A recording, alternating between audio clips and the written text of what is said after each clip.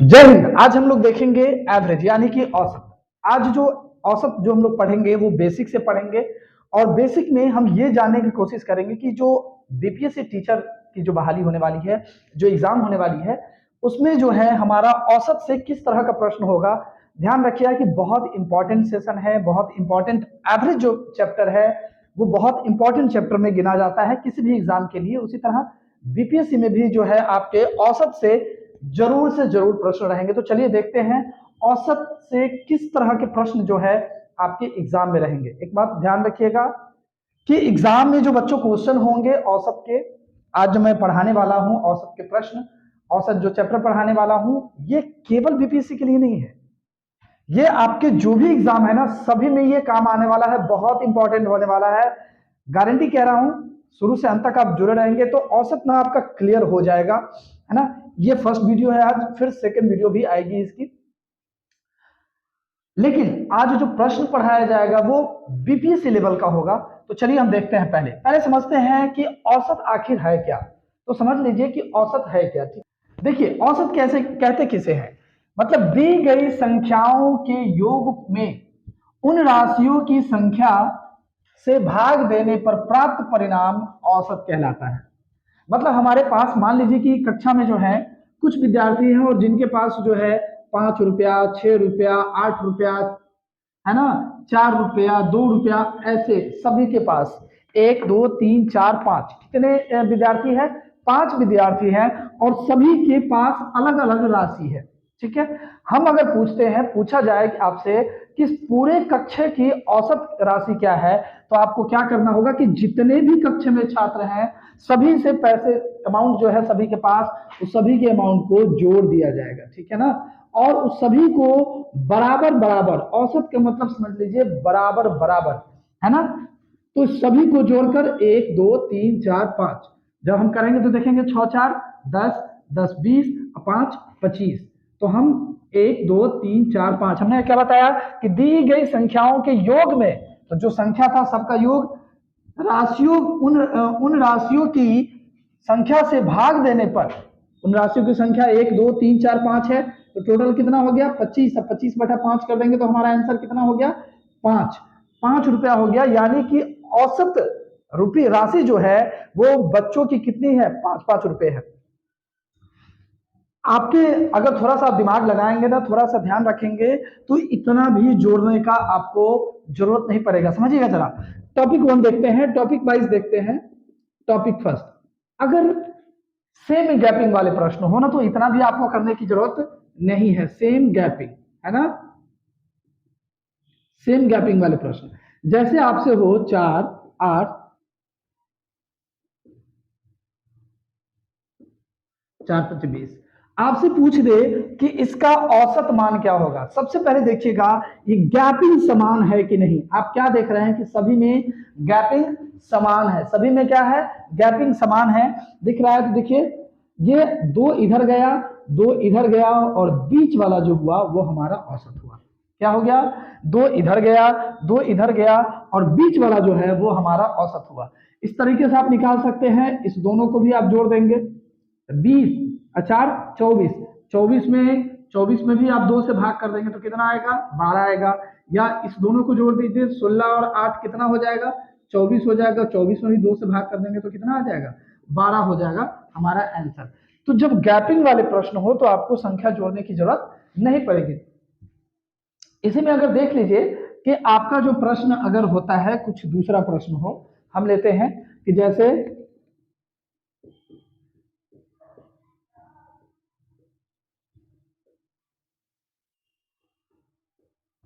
देखिए ये गैपिंग वाले प्रश्न में आप ध्यान दीजिएगा कि यहां जो प्रश्न आपको देगा सबसे पहले देखना है गैपिंग समान है कि नहीं। हाँ जी, सब में गैपिंग समान है, 9 9 9 9 बढ़ रहा है और संख्या क्या कितना है, विषम के रूप में है। विषम 1 2 3 4 5 6 7, तो क्या हो गया, 3 इधर बट गया, 3 इधर बट गया और बीच में जो हो गया कितना 36। यही हमारा आंसर हो गया। वही चीज आप जब इसको जोड़कर और 2 से भाग करेंगे तो भी हमारा 36 आ जाएगा।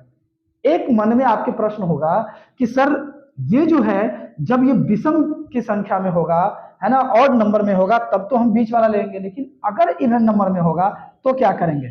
कुछ नहीं, मान लीजिए 5 है, 10 है, 15 है, 20 है, ये क्या है? इवन नंबर में है ना। तो आपको कुछ नहीं करना है, 20 है और भी ले लीजिए, 25 है और 30 है, कुछ नहीं, 2 इधर गया, 2 इधर गया, और इस केवल 2 को जोड़िए, बीच वाले को जोड़ना है। जब ये सम संख्या में हो, है ना, यहां सम डिजिट नहीं हो, सम संख्या में हो। देखिए 1 2 3 4 5 6 सम है ना टोटल। अब इसको क्या करना है? ये हो गया 35, दोनों को जोड़कर 2 से भाग कर दीजिए, कितना हो जाएगा? 17.5 जो है हमारा ये औसत हो जाएगा। ठीक है, चलिए देखते हैं किस किस तरह के प्रश्न जो है आपके एग्जाम में रहते हैं, रहेंगे आपको देखने के लिए, आपके एग्जाम में मिलेंगे बीपीएससी के एग्जाम में। चलिए देखते हैं। चलिए आइए अब हम स्टार्ट करते हैं। क्या एवरेज के वैसे प्रश्न जो आपके एग्जाम के लिए बहुत इंपॉर्टेंट हो सकते हैं, छोटे छोटे पर मोटे सवाल, है ना। देखिए प्रश्न आपका होगा कि प्रथम 100 प्राकृत संख्याओं का औसत क्या है। तो सबसे पहले समझिए कि प्राकृत संख्या किसे कहते हैं। इंग्लिश में उसे नेचुरल नंबर कहते हैं, मतलब गिनती की संख्या को प्राकृत संख्या कहते हैं, मतलब counting number are called natural number. 1 2 3 4 5 6 आप जो भी ले लेंगे, एक से लेकर अनंत तक जो जाती है वो संख्या, वो नेचुरल नंबर कहलाती है। आपसे पूछा कि प्रथम 100 प्राकृत संख्या का औसत क्या होगा। 1 से लेकर 100 तक का अगर कोई संख्या होगा तो उसका औसत आप कैसे निकालेंगे। तो कुछ नहीं करना है, आपको ध्यान देना है कितना, आप उसके लिए ध्यान रख सकते हैं कि n+1, n का मतलब होता है नंबर ऑफ टर्म्स, पदों की संख्या। पदों की संख्या आपका कितना है? 100 है ना। तो n+1/2 आप ध्यान रखिए। तो n का मान रखे हैं कितना? 100 अब +1 अब बट्टा 2, तो कितना हो जाएगा? 101/2, मतलब 50.5 जो है हमारा आंसर हो जाएगा। ऑप्शन नंबर देखिए कितना है, ऑप्शन नंबर डी 50.5 जो हमारा पहले का आंसर हो जाएगा। प्रश्न बहुत इजी है, लेकिन अधिकतर बच्चे एग्जाम में छोड़ देते हैं, क्योंकि अगर आप 1 2 3 जोड़ जोड़ कर और 100 तक जाने की प्रयास करेंगे और जोड़ने की प्रयास करेंगे बच्चों, तो वो संभव नहीं है। ठीक है, उसमें बहुत टाइम जो है वो कंज्यूम होता है। चलिए आते हैं अगले क्वेश्चन की ओर चलते हैं कि 4 के प्रथम 5 गुणज, गुणज मतलब मल्टीपल, 4 के प्रथम 5 गुणजों का औसत क्या होगा। तो आप एक तरीके से 4 4 दूना 8 4 3 12 ऐसे करके करेंगे तो टाइम लैप्स होगा। ध्यान दीजिए, कुछ नहीं करना है, 4 है ना, 4 का प्रथम 5 गुणज गुना, तो एक तो 4 रहेगा ही, 4 का 5 गुणज बोला ना, तो 5 में एक और बढ़ा दीजिए, कितना हो गया? 6, अब बट्टा 2 से भाग कर दीजिए, तो कितना हो गया? 2, 6 दूना 12, कितना हमारा ऑप्शन नंबर सी हो गया। हमने क्या बताया? 4 के प्रथम 5 गुणज। अब यहां बोल देगा कि 8 के प्रथम 10 गुणज, है ना, या 12 गुणज या 11 गुणज। तो 8 अगुणे कौन सा? 11 गुणज है, तो 11 1 12 बढ़ा दीजिए, तो कितना हो जाएगा? 2 से भाग कर देंगे तो 4 12 चौका 48 हमारा आंसर हो जाएगा। बात समझ में आ रही है? Have you got it? बात समझ में आ रही है? कमेंट बॉक्स में ना कमेंट करके बताइए कि कैसा आपको समझ में आ रहा है, नहीं आ रहा है, वो भी कमेंट बॉक्स में बताएंगे। मैं तो कहता हूं अगर आप केवल शुरू से अंत तक रहेंगे ना, तो केवल आप मुझे, मैं चैलेंज करता हूं कि आप केवल भूल कर बता दो। चलो आ जाओ देखते हैं। तीसरा नंबर क्वेश्चन है हमारा कि लगातार 20 पूर्ण संख्याओं का औसत क्या है। पहले समझते हैं कि पूर्ण संख्या कहते हैं किसे। ठीक है, जैसे प्राकृत संख्या हमने बताया कि प्राकृत संख्या होता है कौन? 1 2 3 4 5, 1 2 3 4 dash dash dash dash dash infinite तक जाएगा, अनंत तक जो जाएगा वो प्राकृत संख्या कहलाती है। लेकिन पूर्ण संख्या कहती है जब प्राकृत संख्या की शुरुआत शून्य से होती है और अनंत तक जाती है ना, तो वो हमारा पूर्ण संख्या कहलाता है, जिसे इंग्लिश में हम होल नंबर्स कहते हैं। उसका डेफिनेशन आप कह सकते हैं कि natural number start with the zero is called the whole number. तो आप देखिए 20 पूर्ण संख्याओं का औसत क्या है। जब भी आपसे पूछे पूर्ण संख्या, कितना पूर्ण संख्या है? 20 पूर्ण संख्या, तो आप जितना होगा उतना में से एक कर 2 से भाग कर दीजिए, जितना होगा उतना में से एक माइनस कर 2 से भाग कर दीजिए, और कितना हो जाएगा? इसको आप कह सकते हैं कि n-1/2। क्या कहेंगे? n-1/2। n का मतलब होता है नंबर ऑफ टर्म, पदों की संख्या। ठीक है, अब n जो है आपका कितना है 20 है, ये हो जाएगा 20 माइनस 1/2, 19/2 आप जब कर देंगे तो 19 में 2 से भाग कर देंगे तो कितना हो जाएगा 2×18 और ये 9.5। हमारा आंसर हो जाएगा ऑप्शन नंबर हमारा ए। आंसर हमारा क्या हो जाएगा ऑप्शन नंबर ए। हमारा अगला क्वेश्चन जो है वो है कि लगातार 15 सम संख्याओं का औसत क्या होगा। अब ध्यान दीजिए, लगातार कंसेक्यूटिव है ना, 15 सम संख्याओं का औसत, 15 इवन नंबर का एवरेज आपको बताना है, अब वो भी लगातार है। जब भी ऐसा प्रश्न आपसे पूछे आपको कुछ नहीं करना है, 15 लगातार सम संख्या है ना, क्या है लगातार सम संख्या, तो जितना भी संख्या होगा ना उसमें एक और बढ़ाकर हम लिख देंगे तो वही हमारा आंसर होगा। हमारा ऑप्शन नंबर डी जो है हमारा आंसर हो जाएगा। ठीक है, दूसरा है कि 8 तक के सम संख्याओं का औसत। अब यहां क्या है 8 तक के सम संख्याओं का औसत जो है वो क्या होगा। जब भी 8 तक के मतलब 1 से लेकर 8 तक, तो आपको क्या करना है, चूंकि यहां 15 सम संख्याओं का औसत है और यहां है 8 तक के, 8 तक, यहां 15 गो और यहां 1 से लेकर 8 तक, तो 1 से लेकर 8 तक जाते हैं तो सम संख्या कै गो आएगा 4 आएगा, 2 4 6 और 8 4 संख्या आएगा ना। तो आप ऐसा क्या कीजिए कि 8/2 और +1 तो कितना हो जाएगा 5। हमारा आंसर कौन सा हो जाएगा ऑप्शन नंबर बी हमारा 5। अब पूछेंगे कि सर कैसे ये आ गया, यहां तो यहां भी सम संख्या बोल रहा था और यहां भी सम संख्या बोल रहा था। तो बच्चों ध्यान दीजिए कि यहां क्या बोल रहा है 8 तक के सम संख्याओं का औसत क्या होगा, 8 तक के, 1 से शुरुआत करते हैं और 8 तक में जितने भी सम संख्या आते हैं उन सभी का औसत क्या होगा। तो देखिए अगर आप देखते हैं तो 2 4 6 और 8 कै गो सम संख्या हो गया 4 गो, और जितना होता है उसमें 1 बढ़ाकर हम आगे लिखते हैं कि नहीं लिखते हैं, तो हमारा 4 और 1 5 हो गया। तो हमने क्या किया 8 तक के है तो 8 को 2 से भाग किया। अब 1 से 8 तक में 8 सम संख्या तो नहीं है ना, विषम भी है, 1 2 3 4 5 6 7 8, तो 2 से हमने भाग किया +1 किया तो कितना आ गया 5 आ गया। अगला क्वेश्चन है, ये बहुत क्वेश्चन एग्जाम में इस तरह से बहुत सारे क्वेश्चन आपके आते हैं कि 1 से 25 तक की सभी प्राकृत संख्याओं का औसत, 1 से 25 तक की सभी प्राकृत संख्याओं का औसत, प्राकृत संख्या नेचुरल नंबर किसे कहते हैं, अभी जस्ट हम बताए थे कि गिनती की संख्या को क्या कहते हैं प्राकृत संख्या कहते हैं। आ जाइए 1 से 25 तक है, कुछ नहीं करना है, प्राकृत संख्या ना, 1 से सीधा 25 तक जाना है, सबको जोड़कर उतना सा संख्या से भाग करना है। तो क्या करना है फर्स्ट अब प्लस लास्ट अब बटा 2, तो 25 है 26, 26/2 कर देंगे तो कितना हो जाएगा हमारा 13 आंसर हो जाएगा। कितना हो जाएगा 13, 13 हमारा आंसर हो जाएगा। ठीक है, चलिए अगले क्वेश्चन की ओर देखते हैं। हम नेक्स्ट टाइप की ओर चलते हैं, टाइप 2 की ओर, किस तरह के प्रश्न आपसे एग्जाम में पूछेंगे। चलिए देखते हैं टाइप 2 की ओर देखते हैं। वीवीआई प्रश्न है, इस बात को ध्यान रखिएगा, क्या है ये हमारा वीवीआई प्रश्न है। इस तरह के एग्जाम में आपके खूब पूछते हैं एग्जाम में। देखिए क्या है क्वेश्चन बोल रहा है कि किसी कक्षा में 40 लड़कों का औसत जो है वो कितना है 10 है, तथा 10 लड़कियों का औसत कितना है वो 50 है। 40 का औसत 10 और 10 का औसत कितना है 50 है, तो पूरी कक्षा का औसत क्या होगा। ध्यान रखिएगा कि जब कुछ दे और ओवरऑल पूछ दे तो टेंशन लेने का नहीं। ध्यान रखिएगा जब कुछ दे और ओवरऑल पूछ दे तो समेकन है ना, समेकन मतलब क्या है 40 का औसत कितना है 10 है और इस 10 गो का औसत क्या है भाई 50 है। क्या गो है 50 गो है। समेकन का मतलब होता है समान अंक, इस दोनों में से देखिए समान अंक कौन है 10 है जी, समान अंक 10 है ना, इसमें और इसमें कॉमन क्या है 10 है। अब ये जो 50 है 10 से कितना अधिक है 40 है, कितना अधिक है 40, कितना में 10 में, और निकालना क्या है कुल निकालना है। तो 40 गो लड़की थी, लड़का था और 10 गो लड़की थी, टोटल क्या गो 50 गो, तो जो छटेगा वो बटेगा क्या जगह 50 जगह, क्या जगह 50 जगह। तो 0 से 0 कट गया, 5 से कट गया, 8 पंचे 40, ये 8 यहाँ जोड़ देंगे तो हमारा आंसर कितना हो जाएगा 18।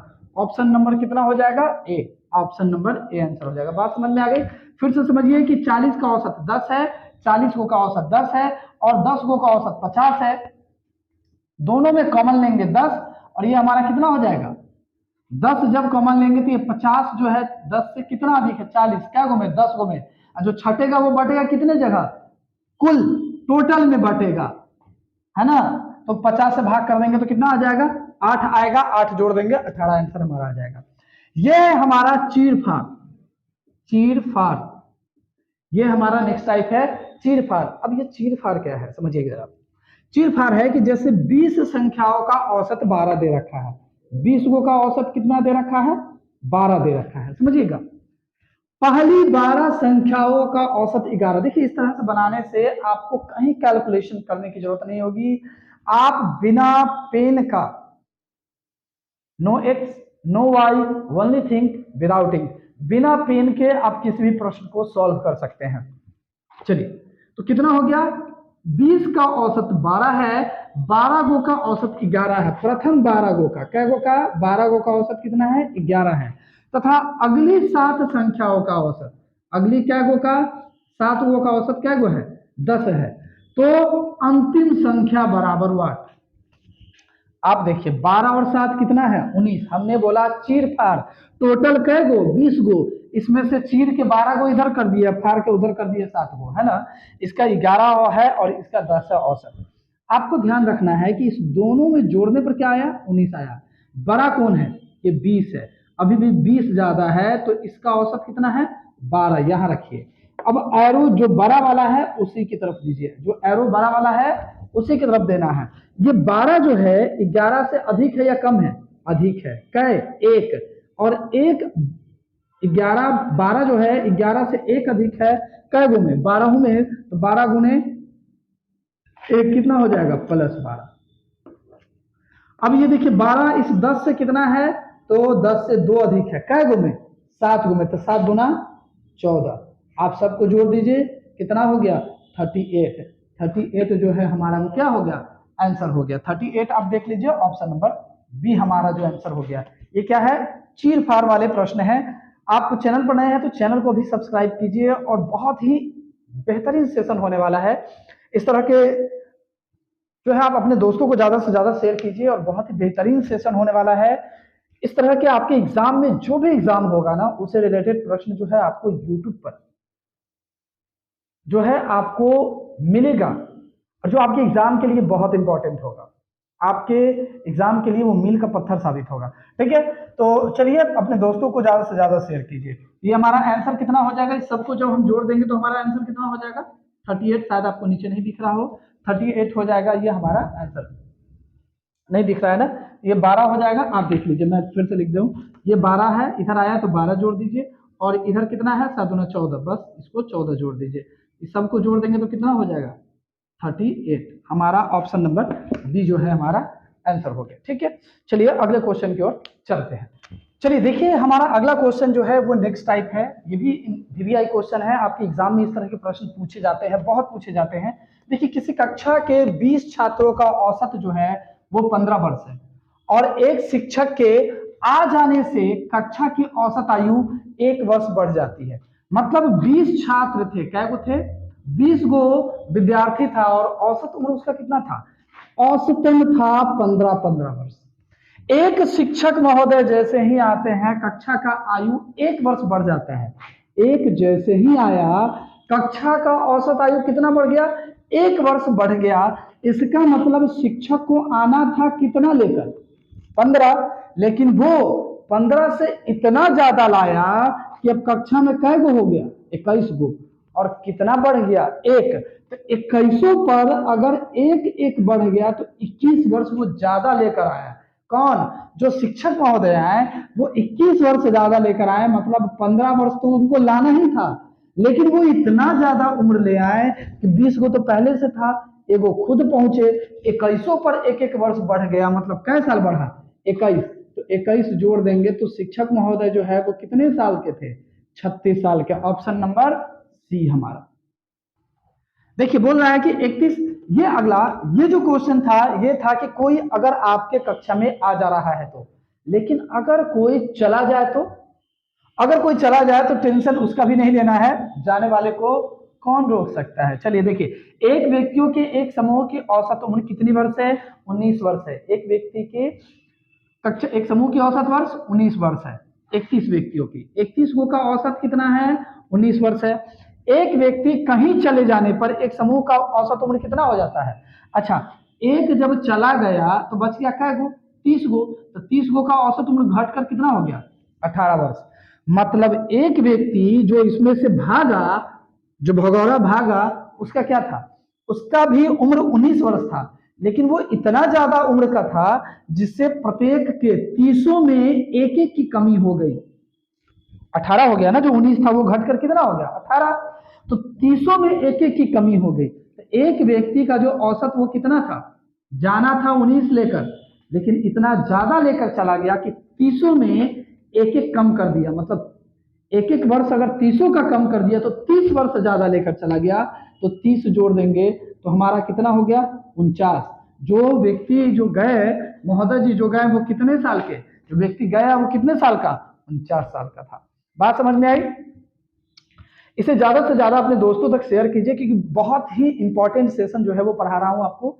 और आपके एग्जाम में आप देखेंगे, जब बैठेंगे एग्जाम में तो आपको लगेगा कि हाँ, हमने पढ़ा था और वो मेरा पढ़ा हुआ जो है वो सफल गया है। ठीक है, अपने दोस्तों तक ज्यादा से ज्यादा शेयर कीजिए। नए हैं चैनल को सब्सक्राइब कर लो। और मैं इससे रिलेटेड वीडियोस जो है वो आपको फिर दूसरे वीडियोस में लेकर आऊंगा। और आप टेलीग्राम का लिंक जो है वो डिस्क्रिप्शन में है, उसे ज्वाइन कर लीजिए, ताकि इससे रिलेटेड मैं क्वेश्चन अगर यदि डालूं तो आप उसका रिवीजन कर सके। ठीक है, फिर मिलते हैं नेक्स्ट वीडियो में। जय हिंद।